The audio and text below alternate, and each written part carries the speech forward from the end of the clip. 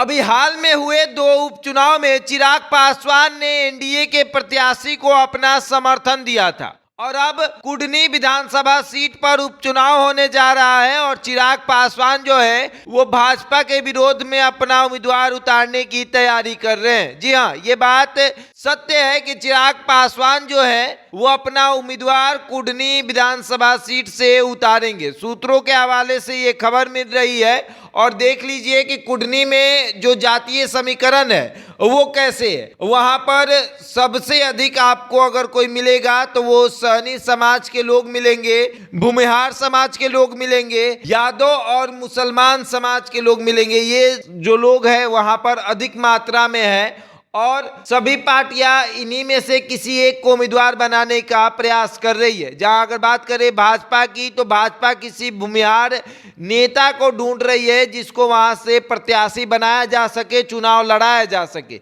वहीं बात करें कि चिराग पासवान ने अभी हाल में ही कहा था कि हम एनडीए के प्रत्याशी को अपना समर्थन देंगे, लेकिन अब चिराग पासवान जो है वो ये कह रहे हैं कि वहां पर उनका उम्मीदवार उतरेगा। देखिए, लगातार लोजपा रामविलास के राष्ट्रीय अध्यक्ष चिराग पासवान अपने नेताओं से बात कर रहे हैं और उनके नेताओं ने ये सलाह दिया है कि कुडनी में हम लोग को चुनाव लड़ना चाहिए, क्योंकि वहां पर पासवानों की जो संख्या है वो लगभग 15 से 20 हजार है और जो पोलिंग करेंगे, जो वोट करेंगे, उनकी संख्या 12 से 15 हजार के बीच में है। तो अब चिराग पासवान को लग रहा है कि अगर वहां पर हम उतरेंगे तो जेडीयू को डैमेज कर पाएंगे, क्योंकि महागठबंधन से जेडीयू जो है कुडनी से चुनाव लड़ेगा, लगभग ये तय हो गया है। और इसीलिए चिराग पासवान जो है वो कुडनी से चुनाव लड़ेंगे जेडीयू को डैमेज करने के लिए,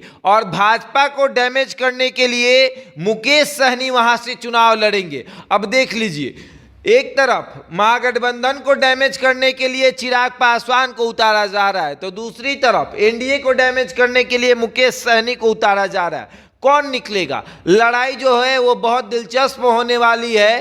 कुडनी में उपचुनाव जो है वो होने वाला है और यहाँ की लड़ाई जो है वो बहुत दिलचस्प होने वाली है। 5 दिसंबर को मतदान होगी और 8 दिसंबर को मतदानों की गिनती होगी। कौन निकलेगा देखने वाली बात होगी।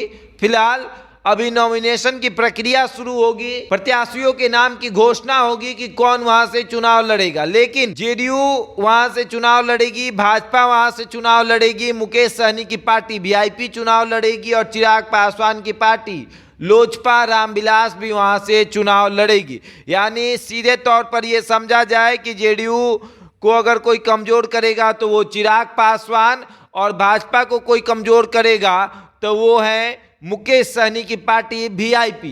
कौन निकलेगा? क्योंकि चारों लोग एक दूसरे से लड़ रहे हैं। जेडीयू की लड़ाई भाजपा से नहीं होगी बल्कि चिराग पासवान से हो जाएगी और भाजपा की लड़ाई जेडीयू से नहीं होगी बल्कि मुकेश सहनी से हो जाएगी।